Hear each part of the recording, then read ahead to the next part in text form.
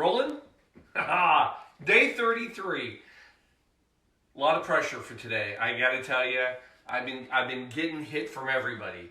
I got stuff going on with people asking for private requests. I had somebody, here's what started it. Somebody says, Paul, all you do, is this how you really drink? Is it all fancy? I mean, can't you just have a beer with us one day?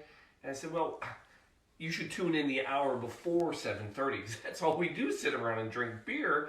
And I would love to have a beer with everybody. But this isn't the quarantine, let's have a beer with Paul show. It's the cocktail show. So I got to make a beer. I can have a beer, but I got to make it a cocktail. So that's what we're going to do tonight. I'm going to show you three beer cocktails. And, well, there's something else about 33. And don't worry, I'm going to get a nod to you too, Rick. Just hold on. So let's head on into the Blue Monkey Quarantina. Shout out. I don't want to say anything, but new sign. Not bad, right? This will be made available on Amazon soon, don't worry. Here we are, 33, day 33, 33rd episode. Now, I keep saying 33. Why? Well, it's actually a pretty cool number. And somebody shouted it out last night. Paul, I expect big things for the 33rd episode because that was the year, and I'd said this earlier, Prohibition ended. Matter of fact, December 5th, 1933, my birthday, not the 33 part. So, let me give you a little bit of information. I think it's a great fact. And if I was really on my game tonight, talking about some beers we're going to have, I'd have one more beer sitting right here, but I don't have it in the house. And that's a Rolling Rock. You know why? Because a Rolling Rock has a mysterious 33 on every bottle. Now, what's the 33 stand for? There's all sorts of rumors and speculation. I'll give you a few of them, though. One of them is that 33, it was a nod to the Masons, Freemasons. Because, well, one, they own everything. You've seen the movies, right? But the other thing is that that's the highest degree you can have as a Mason is 33. So some people think that was a nod and they own part of it. It's a good one. The other one that's a pretty good one is that if you look at the pledge, the Rolling Rock pledge, it's on every bottle, there are 33 words in it. And when they proofread it and they were getting ready to print, somebody made the mark 33 as the count of how many words. Well, when they went to print it, that 33 they thought was part of it, so they printed the 33 and it stuck. But the other one that I like is that it's a nod to the end of Prohibition. And 33 represents the year Prohibition ended and we started drinking again. Now, back to the drinks. So let me tell you where all the pressure came from. Somebody gave a shout out and said, hey, Paul, I got to share this drink we had. And sorry, I'm having... God bless you, woman. She's always on me. All right. So we're going to go through three quick beer cocktails. They're all delicious. They're all fun. And we're going to go from the newest to the oldest, sort of. So the first one I got to share with you. This is fantastic. Somebody told me about this. It was after we did the Aperol Spritz. Remember that one? Simple, great drink, right? Champagne, a little bit of the Aperol, and then a little club soda. It was delicious, right? Well, hold on, I got to get this one ready. So this is called the Spaghetti. Not spaghetti, the Spaghetti, all right? Now, all you need, Miller High Life, grab that. You got to drink a little bit of it down. Yeah, just a little room in there. Then, here's all you do. About an ounce, whatever. We're playing with beer now. You don't have to measure at all. But you gotta have a good aim. Pop that, get it up a little bit.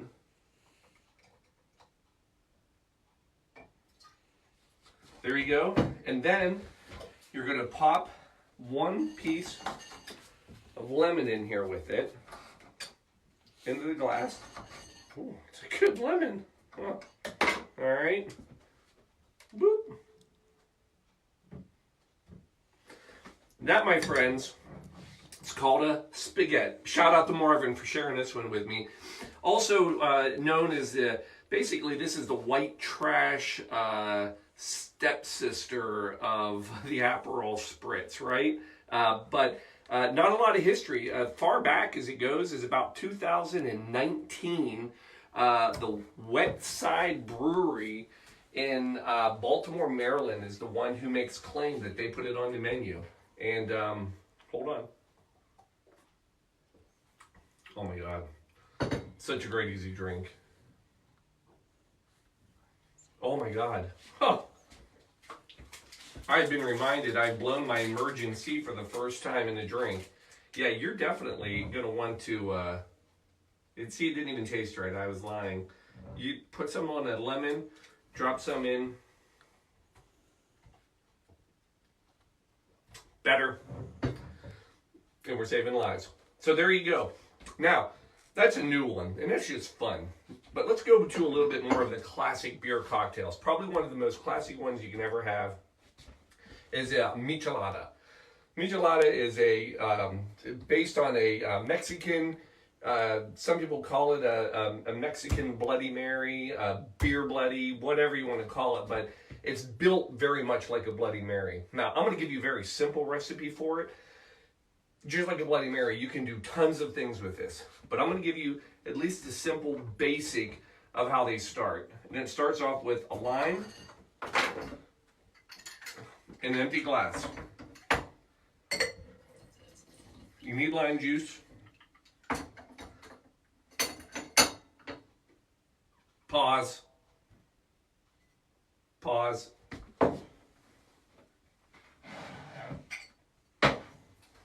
Starting with another glass.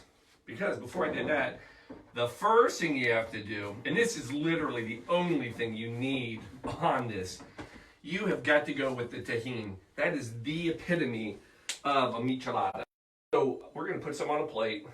This is just a great little spice. Now what I'm going to do with it, you know it, Emergen-C. Thank you for helping us with every cocktail, even the beer. We're going to put it right in there because we did that before and that was nice. Now, take that glass, right? And you want to really get a nice rim on there. Work with me, people. Ah, that's what you want. Now, lime juice. I didn't forget, sort of. 3 drinks, a lot of drinks. It's like a real bar back here tonight. I like to put 1 lime in. All right, got it? 1 lime. Now, come back. You don't need a ton of stuff, but at a minimum, I like a little bit of, what's this here sauce? It's probably a little. You got to have some sort of a hot sauce in here. Again, we're going to go with the green chili. Just a few drops. Perfect. Then, you want any sort of little light Mexican lager. Go with the Dos Equis tonight. Go with Modelo. You could go with Corona. Whatever you want. And pour that in there. Save some room though. Then, Clamato. You can use tomato. You can go with the spicy Bloody Mary mix. I'm telling you, the best one you're going to have is use that Clamato juice that we had. And you're going to go about 3-4 ounces of that. There you go, folks. Boom. The michelada. Now, where does this come from? Back about 60s. Oh yeah, we already got the Emergen-C. Mexican City, San Luis Potosi. And in that area, there was a little bar. And there was a gentleman there who worked, and his name was Michel Esper. He was credited with creating this drink. This is how he always ordered. Now, back then, there's a lot of stories about how this started. Some people said they didn't really actually have a tomato base. It was more of a, he actually got it with a lemonade. It was more of a shandy. But as this story developed and all that, and tomato-based drinks were really big in the 60s, 70s. Remember, in 1970, not too far off of this, is when we got the Bloody Caesar up in Canada. So this was kind of a little bit of the rage. But he was credited with it, and his name, Michel, and then they said when he ordered it, and it was the michelada. Now, the other story behind it is that michelada is actually just a contraction for my cold beer. me for me, and then chelada, and that's a slang for beer. And last word is I had helado, which is cold, my cold beer. So make fun of my Spanish if you want, but that's the breakdown of your michelada. Great beer. Now the last one, and we're gonna give it the oldest history, and it's the simplest. It's the red eye. It's the red beer. It's the Red Rooster, the bloody beer, whatever you want to call it. And I'm making this one special for a birthday girl because Colleen, you're out there, it's your birthday. She is absolutely the one I know who is a die-hard fan. This is her drink.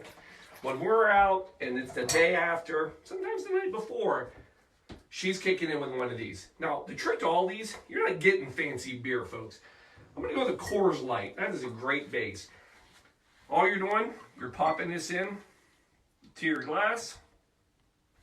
Save some room. You're going to go anywhere from 2 to 4 ounces tomato juice. It is that simple. Now, you may see other ones of these that'll have a little bit of spice to them. You can spice it up. This is the classic. That's a red beer. Now, what's fun about a red beer? Well, there's a little bit of history. There's actually recipe books from 1940s that actually talk about mixing beer with tomato juice. And even back in 1940, there was an article written by somebody who actually talked about somebody who ordered a beer with tomato juice. And they said, I don't think I could ever drink one again. And I like tomato juice. So it's been around for a while. This is our oldest one up here. Little pop culture in it. This beer has shown up a few times. I'm going to tell you, Tom Cruise is a big fan because in the movie Cocktail, right, when he goes in for his job interview, if you want to call it that, our bartender behind the bar was making a red eye. Now, they'll sometimes throw, I believe that a true red eye is when you put a raw egg in it.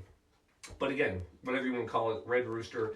But later on, Tom Cruise movie, Jerry Maguire, in that movie, the father of the football player, I forget his name, but anyway, he makes one in the background when the whole deal is kind of collapsing. So, to Colleen, here is your delicious red eye. And I think, on that note, I will do this. I'll give you one more little fact. 1933, FDR, Franklin Delano Roosevelt. It is April, I believe, and it's the beginning of the end of Prohibition. And FDR was credited with passing a law that allowed low alcohol, like 3%, beer to be sold before Prohibition officially ended. And he was, one of his quotes that he says, I think today would be a good time for a beer. And God bless it, FDR, I couldn't agree with you more. I think every day is a good day for a beer. And Colleen, last time, shout out, happy birthday. This one's for you. Enjoy your day. Everybody else, it's flat. It's flat. Yeah. That's going to work. There it is. Emergency. Here in every cocktail. You're welcome. Everybody out there, thanks for joining us. Day 33, another quarantine cocktail show. I hope you enjoyed it. I hope you enjoyed a little kickback. Yeah, we can drink beer. We just got to cocktail it up. Don't worry, we'll have several of these later. See you all tomorrow night, 7:30, day 34. But let's enjoy the Thursday. Enjoy, everybody. Love you all. Good night.